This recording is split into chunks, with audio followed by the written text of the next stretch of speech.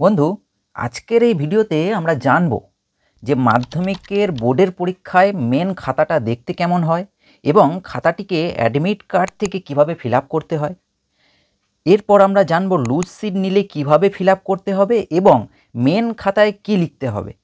তারপর আমরা জানব বন্ধু মার্জিন কিভাবে দিতে হবে, ইংলিশ খাতাটিকে কিভাবে ফিল আপ করতে হবে।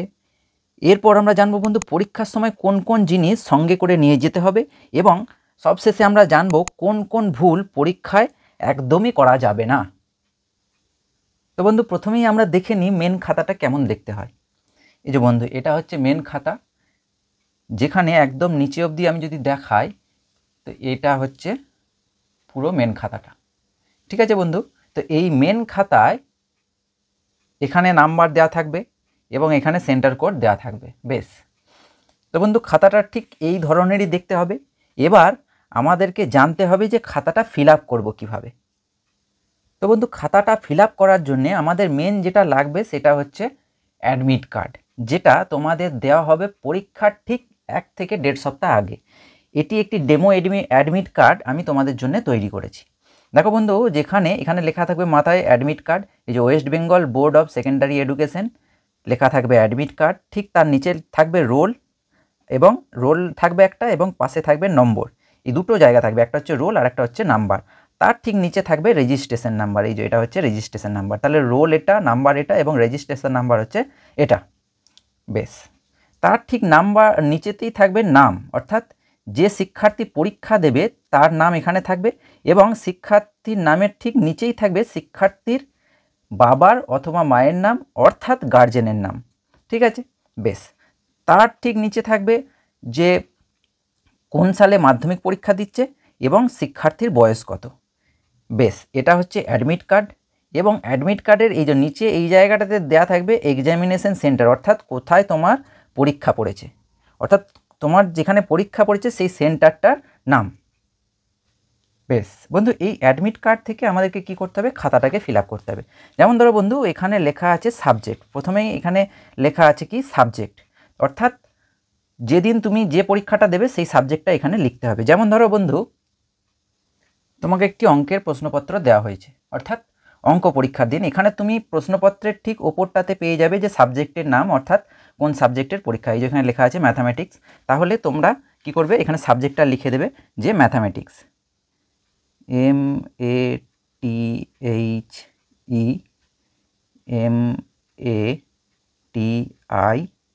MATHEMATICS, ম্যাথামেটিক্স লিখলে, অথবা কেউ যদি লেখে যে গণিত, গণিত হবে। আবার কেউ যদি লেখে অঙ্ক, তো যে কোনো একটা লিখলেই কিন্তু চলবে।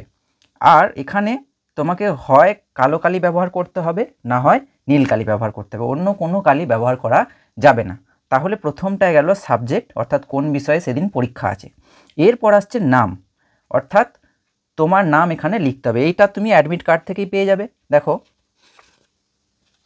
এই যে এখানে দেওয়া আছে অ্যাডমিট কার্ডে তোমার নাম, তোমরা সহজেই লিখে নিতে পারবে নিজের নামটা। তো তোমরা এখানে লিখে নিলে, আমি অ্যাডমিট কার্ড থেকেই যদি দেখাই, তো এই অ্যাডমিট কার্ড থেকে আমরা দেখতে পাচ্ছি যে যে নামটা আছে সেটা হচ্ছে অনির্বাণ দাস। তো এখানে আমি লিখে নিচ্ছি অনির্বাণ দাস, ANIRBAN,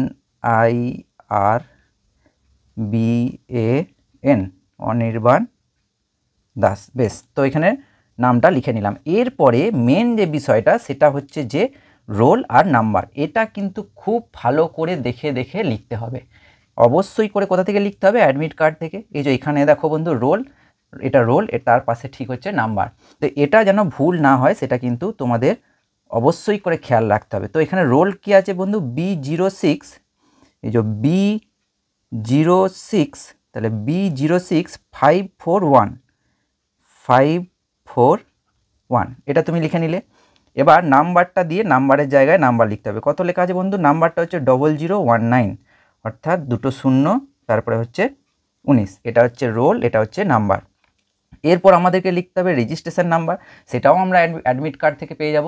এই যে এখানে দেওয়া আছে, কি দেওয়া আছে বন্ধু, B401515, তারপরে হচ্ছে 0061, তারপরে ঠিক যেরকম হাইফেন দেওয়া আছে হাইফেন দেবো, দিয়ে 00 19।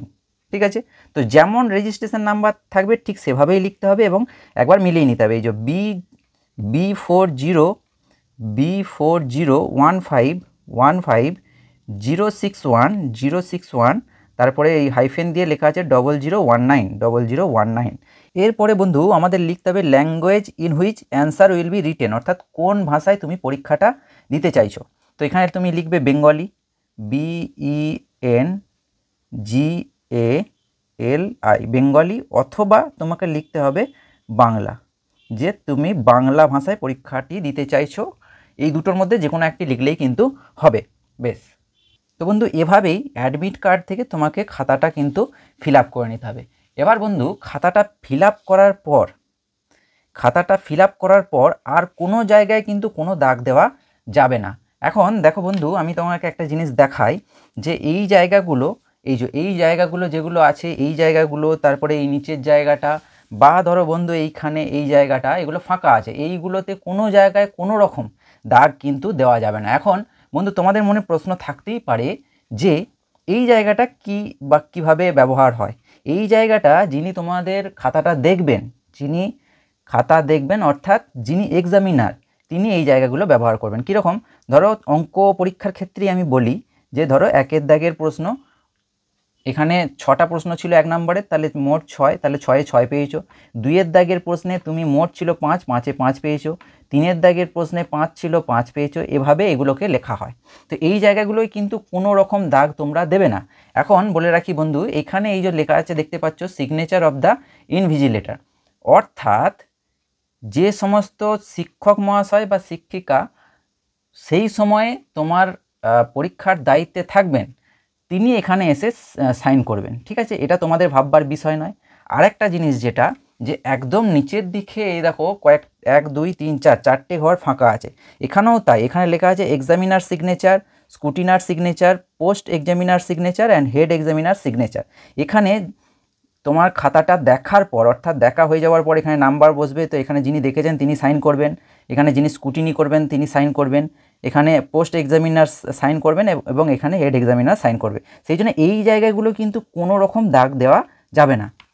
শুধুমাত্র আমাদেরকে কি করতে হবে, পরীক্ষার সময় এইটুকুনি জায়গা ফিল আপ করে নিতে হবে। আর একটা জিনিস যেটা বন্ধু এখানে অবশ্যই করে ফিল আপ করতে হবে, যে এখানে লেখা আছে দেখো 20 দেওয়া আছে, দিয়ে ড্যাশ দেওয়া আছে, তাহলে তুমি ধরো পরীক্ষা দিত 2026 সালে, তাহলে 2026 এভাবে তুমি লিখে নিলে। বেশ বন্ধু, এবার আমরা দেখব যে মোট এই খাতাটাতে মোট কটা পাতা আছে। এই খাতাটাতে মোট 8টা পাতা আছে। 1 2 3 4 5 6 7 8, এই যে মোট 8টা পাতা তোমাদের থাকবে।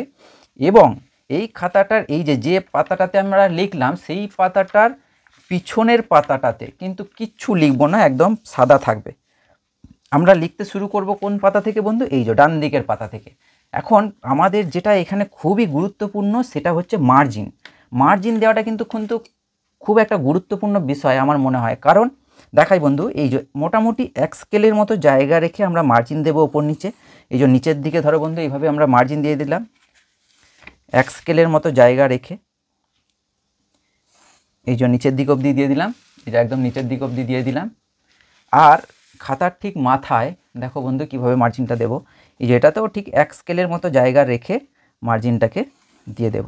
এখন 1 স্কেলের মতো জায়গা কেন রাখা হচ্ছে, কারণ বন্ধু যিনি খাতা দেখবেন তোমাদের, ধরো এখানে 1-এর দাগে তুমি প্রশ্ন লেখা শুরু করেছো, যে 1-এর দাগের 1 2 3 এভাবে তুমি প্রশ্নগুলো লিখেছো এবং প্রত্যেকটাতে নাম্বার দেওয়ার পর দেখা গেছে যে তুমি কোশ্চেন নাম্বার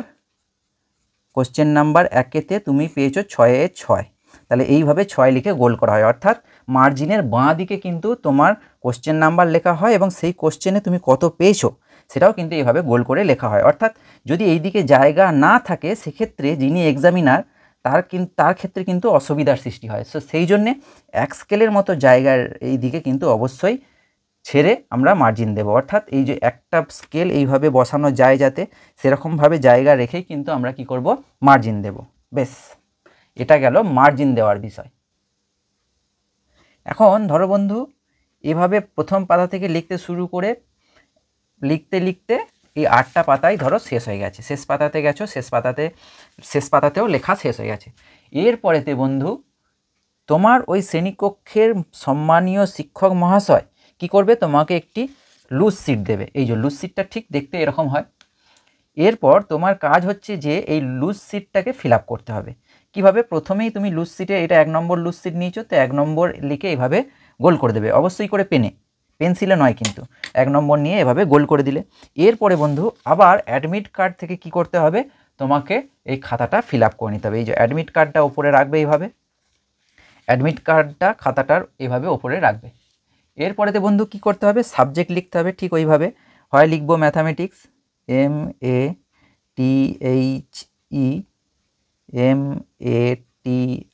MATHEMATICS, অথবা লিখবো গণিত, অথবা লিখবো অঙ্ক। এই 3টের মধ্যে যে কোনো একটি লিখলেই হবে।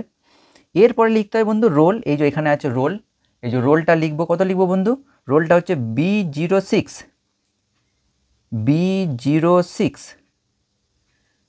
541। এরপর আমি লিখবো বন্ধু নাম্বারের জায়গায় নাম্বার লিখবো 0019। তার নিচে লিখতে হবে নাম, তোমার নামটা লিখে দিতে হবে এখানে বন্ধু। কি নাম, অনির্বাণ। এই যে অ্যাডমিট কার্ড থেকে লিখছি অনির্বাণ দাস, ANIRBAN, অনির্বাণ দাস। তার নিচে লিখতে হবে বন্ধু রেজিস্ট্রেশন নাম্বার। এই যে রেজিস্ট্রেশন নাম্বার B4015015061 দিয়ে হাইফেন দিয়ে হচ্ছে 0019, এভাবে লিখে নিলে। তো এটা ফিল আপ করা হয়ে গেল। আর এখানে দেখবে বন্ধু এই যে এই জায়গাটাতে সিগনেচার করা থাকবে, আর এইখানে যিনি সেই শ্রেণীকক্ষের দায়িত্বে আছেন, অর্থাৎ যে সমস্ত টিচার্স এই সেই শ্রেণীকক্ষের দায়িত্বে থাকবেন, তাদের মধ্যে একজন এসে এখানে সাইন করে দেবে। বেশ, এটা গেল লুজ সিটটা। এবার বন্ধু এই লুজ সিটটা কিন্তু মেন পেজে কিন্তু লিখতে হবে। কোথায় লিখতে হবে দেখাই, এই যে মেন যে খাতা সেখানে কিন্তু লিখতে হবে। কীরকম, এই যে তুমি ধরো প্রথমে একটা পাতা নিয়েছো, এই যে এখানে লিখলে 1, তারপরে এরকমভাবে প্লাস দিয়ে রেখে দেবে। দিয়ে ধরো বন্ধু আবার একটা তুমি পাতা নিলে, তাহলে লিখবো +1, দিয়ে ধরো আবার প্লাস দিয়ে রেখে দিলাম। দিয়ে এখানে তাহলে তোমার এই জায়গাটায় লুজ সিটে কত থাকবে 2। আবার একটা পাতা নিলে তখন 2 নম্বরের জন্য এখানে লিখবো 2, 3 নম্বরের জন্য লিখবো 3, এভাবে লিখে যাব। দিয়ে দেখা গেল যে বন্ধু যে আমি মোট কটা পাতা নিয়েছি, 3টে। তাহলে এখানে সমান দিয়ে লিখে দেব 03, এভাবে লিখে দেব। আর দেখবে বন্ধু যে শ্রেণীকক্ষের যে সমস্ত শিক্ষক শিক্ষিকা দায়িত্বে আছেন, উনি এসে এখানে যে কোনো একজন এসে এখানে সাইন করে দেবে। 2জন 3জন শিক্ষক শিক্ষিকা থাকেন, তো ওনাদের মধ্যে কেউ একজন এসে এখানে সাইন করে দেবেন। বেশ, এটা গেল লুজ সিটের ব্যাপারটা। বন্ধু এবার আমরা দেখব ইংলিশ খাতাটা কিভাবে ফিল আপ করতে হয়। তো বন্ধু এটা হচ্ছে ইংলিশ খাতা, যেটা হচ্ছে কম্পোজিট, অর্থাৎ প্রশ্নপত্রেই উত্তর করতে হয়। তো এটা হচ্ছে ইংলিশ প্রশ্নপত্র, এই যে ইংলিশ 2025 সালের ইংরেজি প্রশ্নপত্র। তো এখানে তোমাদের সেন্টার কোড দেওয়াই থাকবে, লেখার কিছু প্রয়োজন নেই। এইখানে বন্ধু এই যে রোল, নেম, রেজিস্ট্রেশন নাম্বার, এটা কিন্তু অ্যাডমিট কার্ড থেকে ফিল আপ করতে হবে। যেভাবে আমরা মেন খাতাটা ফিল আপ করেছিলাম, ঠিক একই রকমভাবে আমরা কি করব না, ইংরেজি খাতাটাও ফিল আপ করে নেব। এই যে ইংরেজি খাতাতে এখানে দেখতে পাচ্ছি যে প্রথমেই আছে রোল, তাহলে রোলটা আমাকে অ্যাডমিট কার্ড থেকে প্রথমে লিখে নিতে হবে। রোল, এই যে এখানে রোল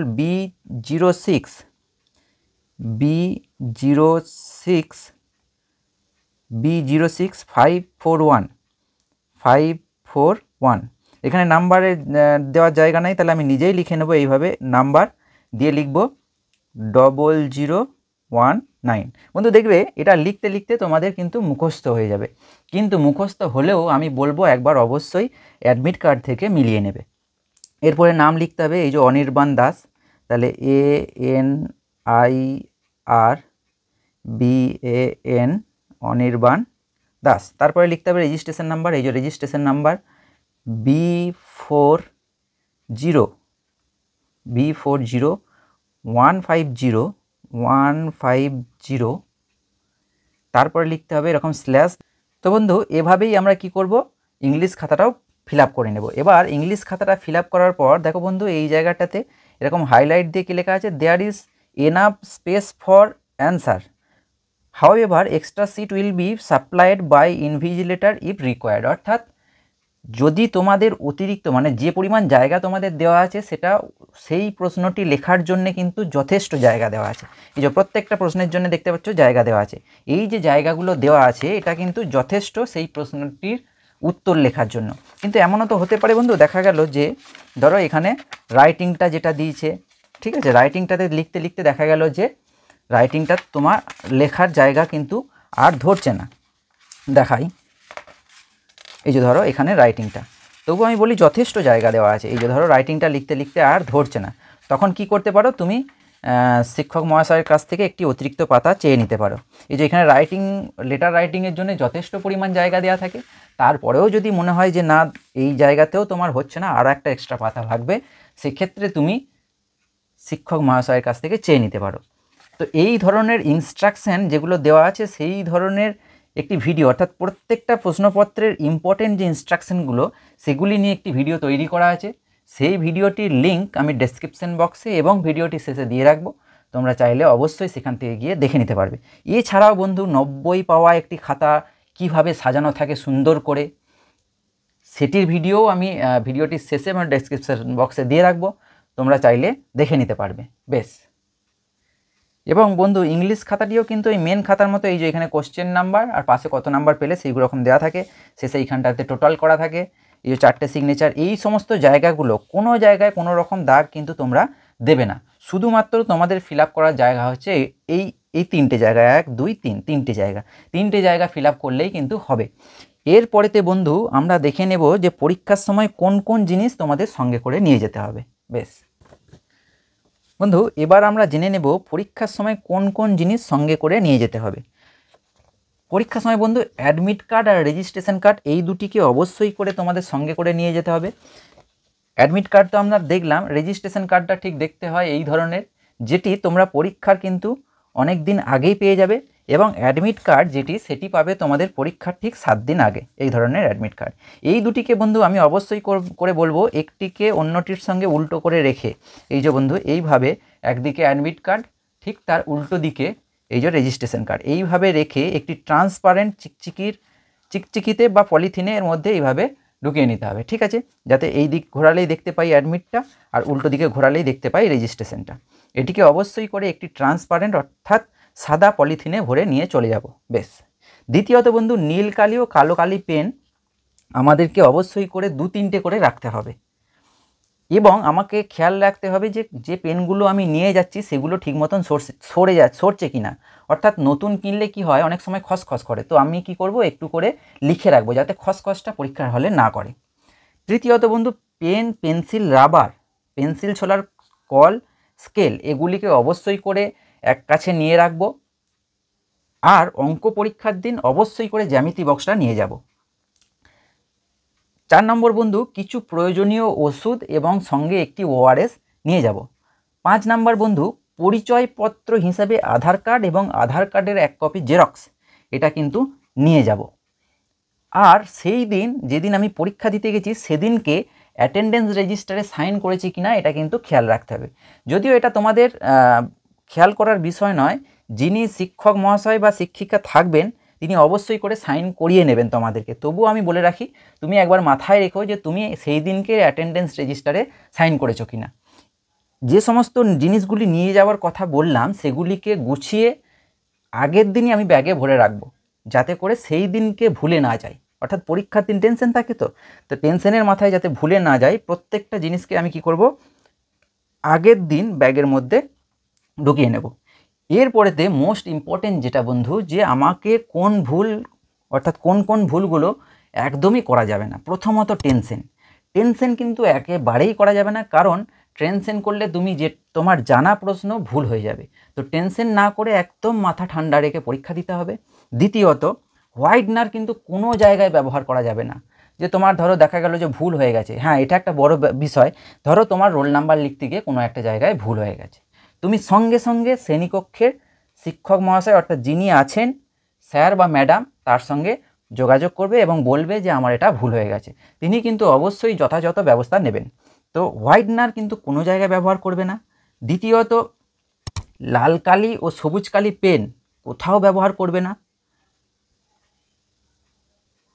তৃতীয়ত, তুমি অযথা এদিক ওদিক মাথা ঘোরাবে না, কারণ তোমাকে কিন্তু ডিস্টার্ব করার অনেকে থাকবে। তুমি একদম ঠান্ডা মাথায় যেগুলো জানো প্রথমে সেগুলোকে খুব সুন্দরভাবে লিখে ফেলবে। আর শ্রেণীকক্ষের শিক্ষক মহাশয় বা শিক্ষিকা যে পরামর্শ দেবে অবশ্যই সেগুলি মেনে চলবে। আশা রাখছি যে তোমরা খুব ভালোভাবে প্র্যাকটিস করে যাবে প্রত্যেকটা বিষয় এবং তোমাদের খুব ভালোভাবে পরীক্ষা হবে। এবং আমি আশা রাখছি যে তোমাদের মাধ্যমিক পরীক্ষা অর্থাৎ প্রথম বোর্ডের পরীক্ষা খুব ভালো হবে। অঙ্কের প্রত্যেকটা অধ্যায়ের ভিডিও কিন্তু একদম সহজভাবে বোঝানো আছে। তোমরা চাইলে সেই ভিডিওগুলো তোমরা একবার করে দেখে নিতে পারো। সেই ভিডিওগুলির লিঙ্ক আমি ডেসক্রিপশন বক্সে দিয়ে রাখবো। আবার তোমাদের সামনে হাজির হব নেক্সট একটি ভ্যালুয়েবল ভিডিও নিয়ে। ততক্ষণের জন্য খুব ভালো থেকো, খুব মন দিয়ে পড়াশোনা করো। Good bye.